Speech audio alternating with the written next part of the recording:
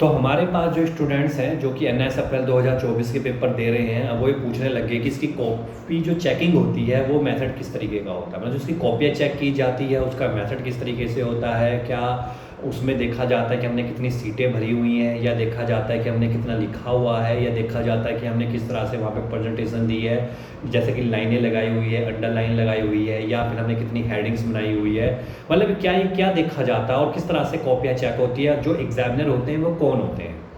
तो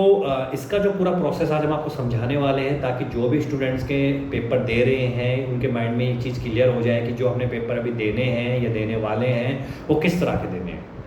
तो जो एनआईएस की जो कॉपी चेकिंग का जो मेथड होता है वो मेथड बिल्कुल ही सिंपल होता है। इसमें कोई कॉम्प्लिकेट मेथड नहीं होता कि आप कहो कि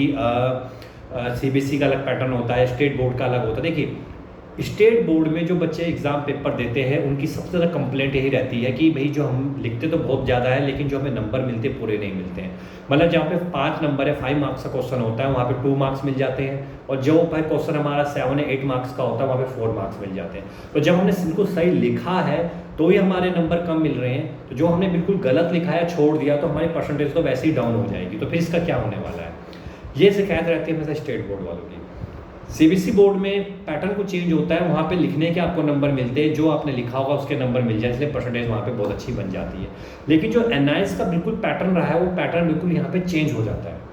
एनआईएस में कहा गया है कि एनआईएस का जो पेपर स्टूडेंट लिखता है वो कभी भी उस पेपर को उस पैटर्न के हिसाब से नहीं लिख पाता जो पैटर्न की एनआईएस को चाहिए होता है। इसलिए बहुत से बच्चों के यहाँ पर SYCT कंपार्टमेंट या बहुत कम नंबर आ जाते हैं। अब यहाँ पे जो स्टूडेंट सोच समझ के जाते हैं वो कुछ पॉइंटों को लेकर चलते हैं।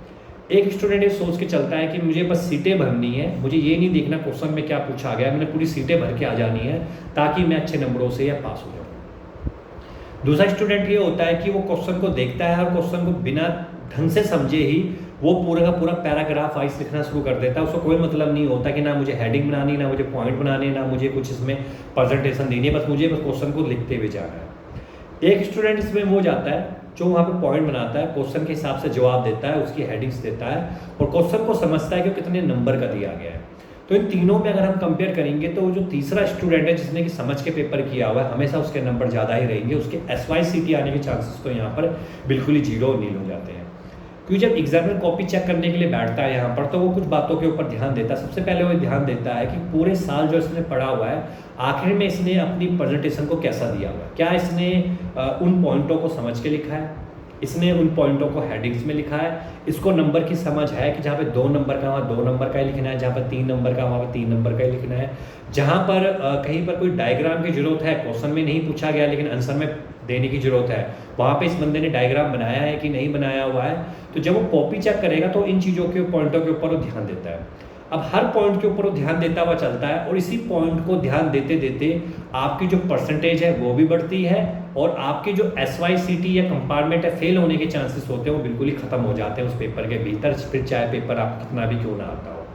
तो ये जो पैटर्न चलता है यही कॉपी चेकिंग का सबसे बड़ा मेथड है एनआईएस में जो एग्जामिनर पेपर चेक करता है। तो जिन भी स्टूडेंट की प्रेजेंटेशन अच्छी होगी, जिन भी स्टूडेंट ने मार्किंग के हिसाब से अपने नंबर करे होंगे, जिन भी स्टूडेंट ने जो क्वेश्चन में पूछा गया होगा उसके हिसाब से ही उसके आसपास क्वेश्चन को अपने आंसर को घुमाया हुआ होगा,